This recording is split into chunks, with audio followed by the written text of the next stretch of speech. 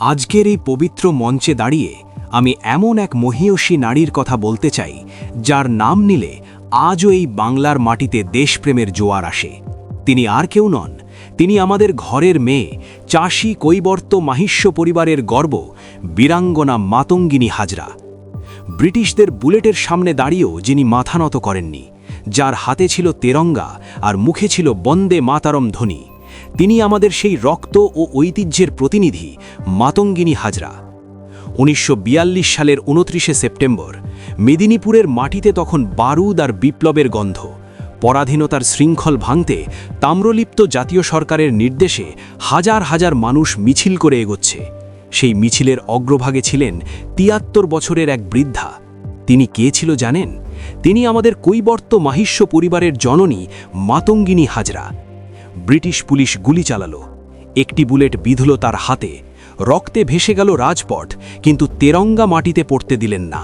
মাতঙ্গিনী নিজের জীবনের পরোয়া না করে পতাকা আঁকড়ে ধরে এগিয়ে চললেন। দ্বিতীয় বুলেট বিঁধল পায়ে, আর তৃতীয়টি বিঁধল তার কপালে। নিথর দেহটি মাটিতে লুটিয়ে পড়ল, কিন্তু তার পবিত্র হাত থেকে তেরঙ্গা পতাকাটি এক মুহূর্তের জন্য ধুলোয় মিশতে দেননি তিনি। তবে হ্যাঁ, শেষ নিঃশ্বাস পর্যন্ত তার গর্জন ছিল বন্দে মাতারম। বন্ধুরা, মাতঙ্গিনী হাজরা কেবল একজন স্বাধীনতা সংগ্রামী ছিলেন না, তিনি ছিলেন আমাদের কৈবর্ত মাহিষ্য সমাজের সাহসের প্রতীক। তিনি প্রমাণ করে গেছেন যে আমাদের রক্তের লড়াই আছে, আমাদের শিরায় বীরত্ব আছে। আজ সময় এসেছে সেই ইতিহাসের পুনরাবৃত্তি করার। আজ আমাদের এই লড়াই নিজেদের অধিকার বুঝে নেওয়ার লড়াই।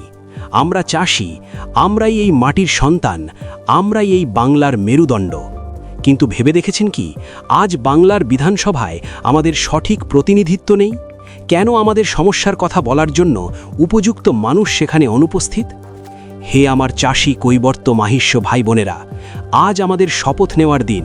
যে বীরত্ব মাতঙ্গিনী হাজরা দেখিয়েছিলেন, সেই তেজ আমাদের নিজেদের মধ্যে জাগিয়ে তুলতে হবে।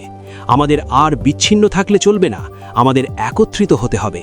মনে রাখবেন, আমাদের ভোট আমাদের ভবিষ্যৎ। আমাদের অধিকার তখনই নিশ্চিত হবে যখন আমরা এক সুরে বলবো, ভোট ফর চাষী কৈবর্ত মাহিষ্য। আমাদের দাবি স্পষ্ট, আমাদের গ্রাম থেকে, আমাদের সমাজ থেকে বিধানসভায় চাষী কৈবর্ত প্রতিনিধি চাই, যারা আমাদের চাষী কৈবর্তদের দুঃখ বুঝবে, যারা মাহিষ্য সমাজের হকের কথা বলবে।